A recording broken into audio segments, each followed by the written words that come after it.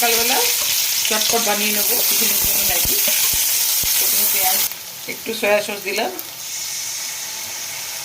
পরিমাণ মতো লবণ দিলাম, দুটো ডিম দিলাম ফাটিয়ে,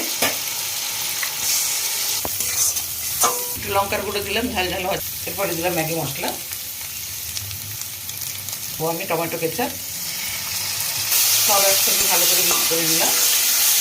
এরপরে আমি বয়েল করে ম্যাগিগুলো দিয়ে দিচ্ছি।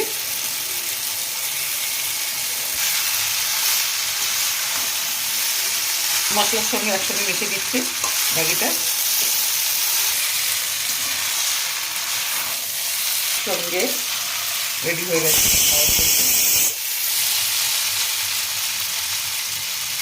গ্যাস বন্ধ করে দিচ্ছি, ম্যাগিটা আমার পুরোপুরি হয়ে গেছে।